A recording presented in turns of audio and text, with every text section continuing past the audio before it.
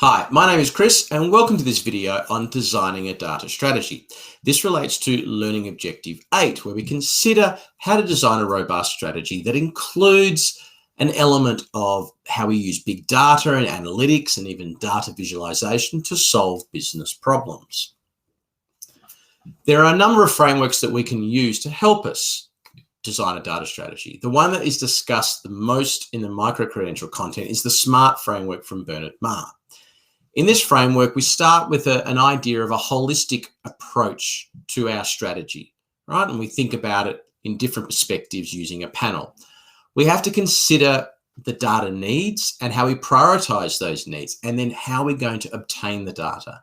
Then it's about the analytics in terms of what models, what types of analysis do we need to use, or be the core parts of our data strategy. Communication is critical. How are we going to draw the insights out, but also make them digestible in a way that management can use them to make good decisions? And of course, transforming the business is what we want to do, which I guess is, an encompassing part of the SMART framework. So we have these different perspectives that we can look at, and I want you to consider it in terms of a bank and how you think a bank could offer more personalized and customized products to us. This links also to something that's occurring at the moment, and that's the Commonwealth Bank in Australia that's applied to be an accredited data recipient under the CDR scheme. Extremely briefly, the CDR scheme is customer data rights, and basically it will enable them to receive data from third-party suppliers, and having all the right governance and checks and balances in place, they can ingest and analyze that data and use it to offer different, better, more customized products to their customers. So in terms of this panel, the purpose is their mission. The ambition is probably to beat their rivals and have a competitive advantage through a great data strategy. Their target market, as I said, it's us, it's also businesses. Their value proposition, that's an important one, probably to deliver those experiences to me, those personalized offerings, to know, for instance, that in the next 6 months, I'm finally going to get around to renovating my house. But if they know that now, they can push the right financial product to me. They can talk to me about remortgaging my house loan, right? If another bank comes in and does it, it's likely they could get my business. The operations panel, partners are going to be the government, in this case because of the accreditation, but also accredited data holders, and partners might be other third-party suppliers that's giving them information to help build customer profiles. Their core competencies will be around data science and management, consumer marketing, relationship management. In terms of their resources, they have something called their customer engagement engine platform, but they also have their app, their trading platform, their website, loyalty programs. Behind that, the infrastructure. They have a large data lake now. It's going to have to get bigger. They operate things, no doubt, in the cloud and warehouses. What sort of specific data labs? Where are they going to do all this experimental analysis?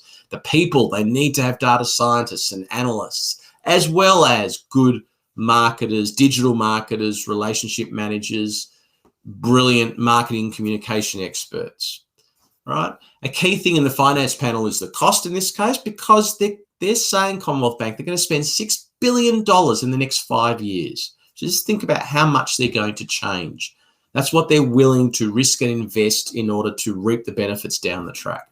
And of course, any large security breach, privacy breach, ransomware attack could mean loss of accreditation and brand damage. Competitors are going to do exactly the same thing. They're going to try and, if they can beat Commonwealth Bank to me about remortgaging my loan for a house extension, that's what they're going to try and do. And also obtaining and retaining talent in the market is going to be critical. In terms of prioritizing the data, you can think about it sometimes in a map like this. We know that there's heaps of transaction data with banks. There's data from surveys, from loyalty programs. Then there's things like review data that they could use. How I'm reviewing products to give them an indication of where I'm looking to purchase. Compiled data, experimental data, doing lots of A/B split tests trialing different things to see what works and what doesn't. User-generated data, again, unstructured data from social media posts. So there's a whole range to consider, and you don't necessarily have to have everything, but you need to work out a priority list and also make sure that you can obtain the data. In terms of analysis, at the moment, their customer engagement engine uses 400 different machine learning models to analyze 157 billion data points in real time. My head can't even comprehend that. What's important to also recognize is different types of analysis, from descriptive analysis all the way up to prescriptive analysis. Here you've got some machine learning, you're looking at historical data sets. Up here, you're potentially using AI, neural networks, unsupervised learning techniques in order to try and move ahead of the pack to be able to predict, right? To predict that next year that I want to purchase a new car, go on a holiday, remortgage my house. Things like that could be really powerful. They're looking for trends and patterns and relationships. They might be using natural language processing, sentiment analysis, location tracking. All of these things have to be considered in terms of analyzing the data. When reporting the results, the conclusions have to be tangible. Yep. The main thing here is if you've got an amazing insight, you've done all this complex analysis and you put it in a 50-page report, there's a chance that management will miss it. Even if you call it out, you need to be able to use data visualization techniques to ensure that people see the information that they need to digest that, to consider it, and then make decisions based on it. And also to be able to do the deep dive, right? The deep dive is you find an area out of this, right? Out of a dashboard that managers say, that's really interesting, I want to go further. And then it's about, well, how do we create more hypotheses and then test those hypotheses and then reiterate the model? That's what it's about. So finally, in summary, I guess, you got to transform the business.